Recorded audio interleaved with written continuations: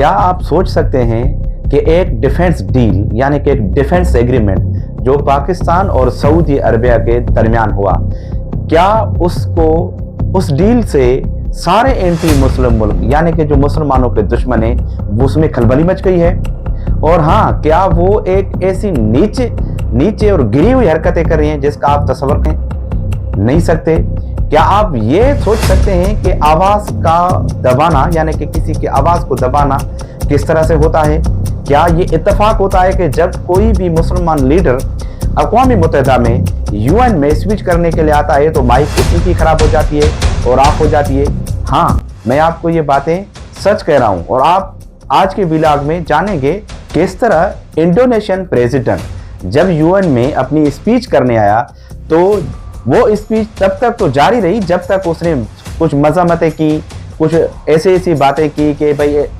अमन फौज भेजनी चाहिए, इसराइल में का जो जुल्म है उसको रोकना चाहिए, गजा में अमन फौज उतारनी चाहिए। जब वो बात आई डिफेंस एग्रीमेंट की तो ठीक उसी टाइम उसी की माइक ऑफ कर दी गई। चलो ठीक है, हम मान लेते हैं कि ये इत्तेफाक होगा। यही बात जब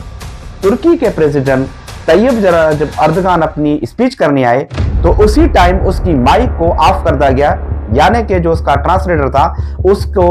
तुर्की में जो तकरीर यानी कि टर्किश लैंग्वेज में जो तकरीर थी वो बिल्कुल ट्रांसलेट नहीं करने दी गई और कुछ टाइम उसका राब्ता अपने ट्रांसलेटर से और लाइव टेलीकास्ट से मुनक़ता रहा। ये होता है किसी की आवाज़ को ऑफ करना। ये पावर और ये हरकतें जो एंटी मुस्लिम अलायंस कर रहे हैं यानी कि जिसके पीछे अमेरिका और इसराइल है, आज वो इस हद तक गिर चुके हैं कि मुस्लिम लीडर्स की mic during the speech and UN में ऑफ की जा रही हैं। क्या आप इस बात का तस्वर भी कर सकते हैं कि इसराइल इतना पावरफुल है? हाँ, मुसलमानों ने काफी उसका बाइकाट किया, बहुत सारी प्रोडक्ट्स का बाइकाट किया, लेकिन उसे कोई फर्क नहीं पड़ता। जब ये बात मुसलमानों ने जांच ली कि उसको यानी कि इसराइल को रोकने के लिए, उसकी दरिंदगी को रोकने के लिए एक अलायंस का होना लाजमी है यानी कि एक डिफेंस एग्रीमेंट पैक्ट होना लाजमी है, तब ये इसराइल अपना पावर शो यूएन में जाकर मुसलमान लीडरों को ये अल्टीमेटली मैसेज दे रहा है कि ये है मेरा पावर। और इस पावर के पीछे यूएन जैसा कमजोर डिपार्टमेंट भी खड़ा हुआ है। हम आपको बताने जा रहे हैं कि जो सऊदी अरब और पाकिस्तान के दरमियान जो डिफेंस एग्रीमेंट एक डील हुई है उसके क्या जो बेसिस हैं वो क्या हैं और उसके किस असूलों पर वो डील हुई है, आज के हम व्लॉग में ये कवर करेंगे। और हम आपको ये भी बताते चलेंगे कि इस डील होने के बावजूद इसके बाद जो मगरबी अखबार यानी कि फॉरेन एक जो न्यूज़पेपर है, न्यूज़ आउटलेट है, वो इस डील को अपनी किस नज़र से देखते हैं और उसने कौन सी और किस तरह की 6 सुर्खियां बयान की हैं। अस्सलाम वालेकुम नाजरीन, कैसे हैं आप? उम्मीद है आप ठीक होंगे। आज हम अपने व्लॉग में आपको ये बताएंगे वो सारी बातें जो हमने पहले डिस्कस की हुई हैं। नाजरीन, बात कुछ इस तरह से है कि जब आज यूएन का इजलास जारी था तो उसमें इंडोनेशियन प्रेसिडेंट जब अपनी तकरीर करने के लिए आए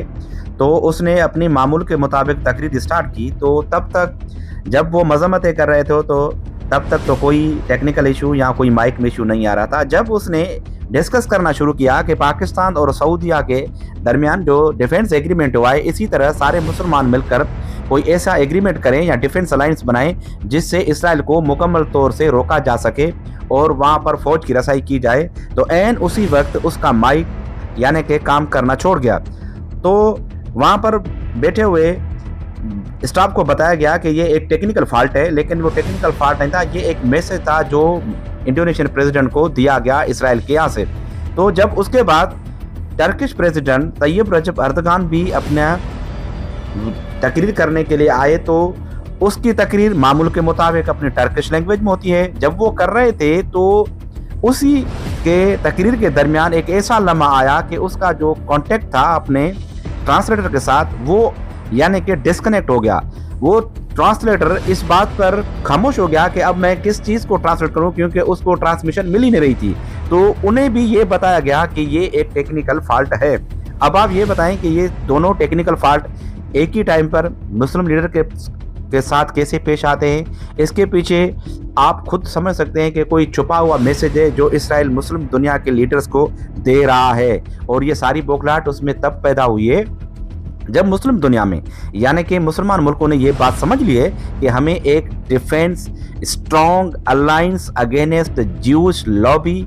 बनाना पड़ेगा। और ये जब बनाने की बात आ रही है तो आप देख रहे हैं कि ये अमेरिका, यूएन, सलामती काउंसिल, ये सब कुछ जो हाथ के बनाए हुए एक मोहरे हैं वो इसराइल के लिए काम करना शुरू किए हैं। नाजरीन, अब हम आपको बताने जा रहे हैं कि इस डिफेंस एग्रीमेंट होने के बाद जो चीखें मगरबी दुनिया और स्पेशली इजरायली मीडिया की निकल रही हैं वो हम आपको बता रहे हैं। हम आपको कोट कर रहे हैं आज का जो यरूशलेम पोस्ट में एक कॉलम शाया हुआ है, उसमें ये बताया गया है और उसकी मेन हेडलाइन ये थी कि क्या पाकिस्तान के मिसाइल अब इसराइल को हिट करेंगे या पाकिस्तान के जेट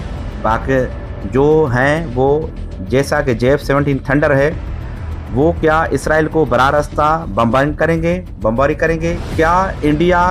पर भी ये हमला पाकिस्तान करेगा, यानी कि जो कि इस एग्रीमेंट में तय हुआ है कि पाकिस्तान पर हमला सऊदी अरेबिया पर हमला होगा और सऊदी अरेबिया पर हमला पाकिस्तान पर हमला होगा। तो ये इसराइल के मीडिया में ये अब बातें शोर गुल कर रही हैं कि जो हमला सऊदी अरेबिया पर होगा क्या पाकिस्तान उसके बदले में इसराइल के मिसाइल सिस्टम को उड़ा देगा या फिर उसके एटमी प्लांट को उड़ा देगा या फिर उसको नामो निशान से मिटा देगा। अब ऐसी बातें और बौखलाहट की बातें और परेशानी की बातें इसराइल की मीडिया में होना शुरू हो गई हैं। जो आज का यरूशलेम पोस्ट ने अखबार में ये कॉलम लिखा है और ये ऐसी बातें कर रहे हैं कि अब तो इंडिया को भी खतरा है, इंडिया पर भी जो पाकिस्तान अटैक करेगा वो पहले से भारी होगा। इनसे कोई ये पूछे कि नेटो के मुमालिक में जो जितने मुमालिक हैं उनका आपस में आर्टिकल 5 के तहत एक एग्रीमेंट है कि अगर किसी भी एक नेटो पर कंट्री पर कोई मुल्क हमला करता है या अटैक करता है तो वो हमला सारे नेटो पर तस्वर किया जाएगा। क्या उनसे किसी ने ये पूछा है कि आप एक दूसरे को टेक्नोलॉजी ट्रांसफर कर रहे हैं, क्या एक दूसरे को एटमी ताकत कुव्वत बना रहे हैं? इसराइल ने ये तक कहना शुरू कर दिया है और भौंकना शुरू कर दिया है ज्यूश मीडिया ने कि पाकिस्तान अब सऊदी अरेबिया को एक न्यूक्लियर पावर कंट्री बनाने जा रहा है। और ये बातें अब मगरबी post, Washington, Wall Street Journal और बड़ी बड़ी मीडिया आउटलेट्स में आना शुरू हो गई हैं। अगर हम इस एग्रीमेंट की नौयत देखें कि इस एग्रीमेंट का बेस और बुनियाद क्या है तो ये है कि पाकिस्तान स्पेशली मक्का और मदीना जो बड़े मुक़द्दस शहर हैं मुसलमानों के, उसकी सिक्योरिटी पाकिस्तान के हवाले कर दी गई है। और इस सिक्योरिटी के हवाले से बरसों साल पहले यानी कि दहाइयों साल पहले ये बातचीत जारी थी। ऐसा कोई भी एग्रीमेंट नया नहीं हुआ जिससे ये मीडिया, फॉरेन मीडिया और मगरबी मुल्क जैसे खौफजदा हैं। ये बातें तो काफ़ी अरसे से पाकिस्तान से जारी थी कि आप मक्का मुकरमा की और मदीना मनोवरा की सिक्योरिटी आपकी फ़ौज संभाले और पाकिस्तान गवर्नमेंट को दी जाए। तो ये यहाँ तक तो है, लेकिन अभी जो ज्यूश मीडिया इस बात को बढ़ा चढ़ाकर सारी दुनिया में परेशानी फैला रहा है कि ये जो एग्रीमेंट है इससे एक मुस्लिम इत्तेहाद बनेगा और वो मुस्लिम इत्तेहाद आगे जाकर इसराइल की यानी कि सलामती के लिए बड़ा खतरा बनेगा और दूसरे ममालिक भी इसे ज्वाइन करने में बड़ा इंटरेस्टेड हैं। ये बात कई हद तक यहाँ तक तो ठीक है कि दूसरे ममालिक भी यानी कि जिसका तादाद तकरीबन आगे जाकर अभी तो कंफर्म नहीं है, लेकिन बहुत सारे ममालिक हैं जो इस एग्रीमेंट में बराह रास्ता शमूलियत करना चाह रहे हैं और पाकिस्तान को अपना डिफेंस एग्रीमेंट करने के लिए राज़ी कर रहे हैं। और जो एग्रीमेंट अगर ये गल्फ़ कंट्रीज़ और पाकिस्तान के दरमियान हो गया तो इससे इसराइल की टेंशन और भी बढ़ेगी और जो इस हद तक या इस टाइम तक बढ़ी है उससे ही साफ दिखाई दे रहा है कि इसराइल अभी बौखलाहट का शिकार है और उसकी नींदें हराम हो चुकी हैं। जैसा आशर उसने पहले कुछ माह देखा था इंडियन एयरफोर्स का हाल जो पाकिस्तान ने 4 घंटों की जंग में कर दिया था, वो ऐसा ही असर अपना मुस्तकबिल में होता हुआ देख रहा है। इसराइली एयरफोर्स अभी से ही कांप रही है और ये अभी से ये भौंकना शुरू कर दिया है और ये प्रोपेगेंडा स्टार्ट कर दिया कर दिया है कि पाकिस्तानी जो सऊदीया के साथ एग्रीमेंट है वो हमारी सलामती के लिए खतरा है। तो नाजरीन, हम आपसे पूछना चाहते हैं कि ये जो बौखलाहट की बातें इसराइल अभी कर रहा है, तो ये क्या उसे उस टाइम याद नहीं आती जब वो गजा में मासूम बच्चों को मारता है, जेनोसाइड करता है, उसके खुराक मद यानी कि मेडिसिन सारी सब कुछ बंद की हुई है, हर रोज़ हज़ारों लोग वहाँ पर मारे जा रहे हैं, तब तो उसे बुखलाहट नहीं होती। अब पाकिस्तान और सऊदीया का एग्रीमेंट जैसे ही हुआ है तब उसको पसीने आना शुरू हो गए हैं। और ये यकीनन ये बात है कि आने वाले वक्त में पाकिस्तान और इसराइल का क्लेश इंशाल्लाह बहुत जल्दी होगा, और जिसमें इसराइल के दांत खट्टे करेगा पाकिस्तान और उसको अपनी औकात में लाएगा। नाजरीन, अगर आज का व्लॉग आपको इन्फॉर्मेटिव लगा हो और आपको बहुत सारी मुफीद मालूमात मुहैया की हों, तो आप हमारी वीडियो को शेयर करें, सब्सक्राइब करें और हमारे चैनल को लाइक करें। तब तक के लिए इजाज़त, मिलेंगे एक और इन्फॉर्मेटिव कंटेंट के साथ।